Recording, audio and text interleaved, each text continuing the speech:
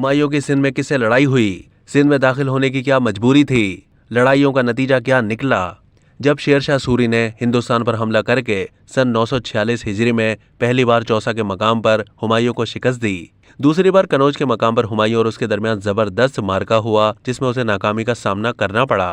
मुगल फौज में इंतशार और सरासीमगी फैल गई। वो मैदान छोड़कर फरार होने लगे। ये सूरत हाल हुमायूं के लिए इस कदर परेशान कुन थी कि वो खुद हिंदुस्तान से फरार होने पर मजबूर हो गया। हुमायूं चाहता था कि वो मुख्तलिफ इलाकों से अफरादी और माली कुव्वत हासिल करके दोबारा अपनी खोई हुई सल्तनत हासिल करे। इस इरादे से उसने कनौज से आगरा और आगरा से लाहौर की राह ली और वहां से सिंध में दाखिल हो गया। उमरकोट के कयाम के दौरान हुमायूं को इस अमर का बखूबी अंदाजा हो गया था कि ये छोटा शहर है और इसकी फौजों की कफालत नहीं कर सकता। चुनाचे उसने आगे बढ़ने का इरादा किया और 20 शाबान 949 हिजरी को वो जून पहुंचा। जून एक मुख्तसर और शादाब सा किस्सा था जो बदीन से मुत्तसिल था। वहां पहुंचने के बाद हुमायूं को अंदाजा हुआ कि इसके पास मौजूद सामान खत्म होता जा रहा है। अगर इसने गल्ला वगैरह जमा नहीं किया तो उसके लश्करी और हमराही कहत का शिकार हो जाएंगे।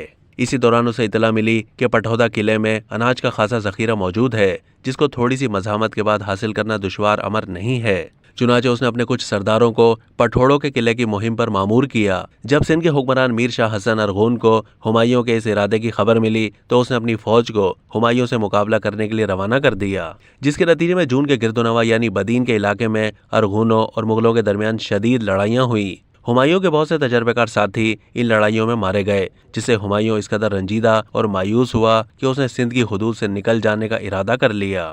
हुमायूं की फौज का सिपा सालार बैरम खान उस वक्त गुजरात में था। उसे जब इतला मिली कि उसका आका हुमायूं सिंध में परेशान फिर रहा है तो उसने फौरन गुजरात से सिंध की तरफ पेश कदमी की और 7 मुहर्रम 950 हिजरी को जून पहुंच गया। उसने हुमायूं से दरख्वास्त की कि वो कंधार से होते हुए इराक चले। हुमायूं ने उसकी ये तजवीज़ मान ली। कुछ अरसे के बाद हुमायूं को खोया हुआ इक़्तिदार मिल गया। हुमायूं के इंतकाल के वक्त अकबर की उम्र सिर्फ 14 साल थी, लेकिन बैरम खान ने अकबर के अताली की हैसियत से उसे मसनद इक़्तिदार पर बिठाने के फ़कीदुल मिसाल किरदार अदा किया। कहने को तो अकबर बादशाह था, लेकिन 5 साल तक अमली तौर पर बैरम खान ही हुकूमत चलाता रहा। जब अकबर 19 साल का हुआ तो बैरम खान उमूर मुमलिकत से अलग हो गया। बैरम खान ने पानीपत की दूसरी जंग में मुगल फौज की क़यादत की। ये लड़ाई अकबर और हीमो के दरमियान नवंबर 1556 में लड़ी गई थी।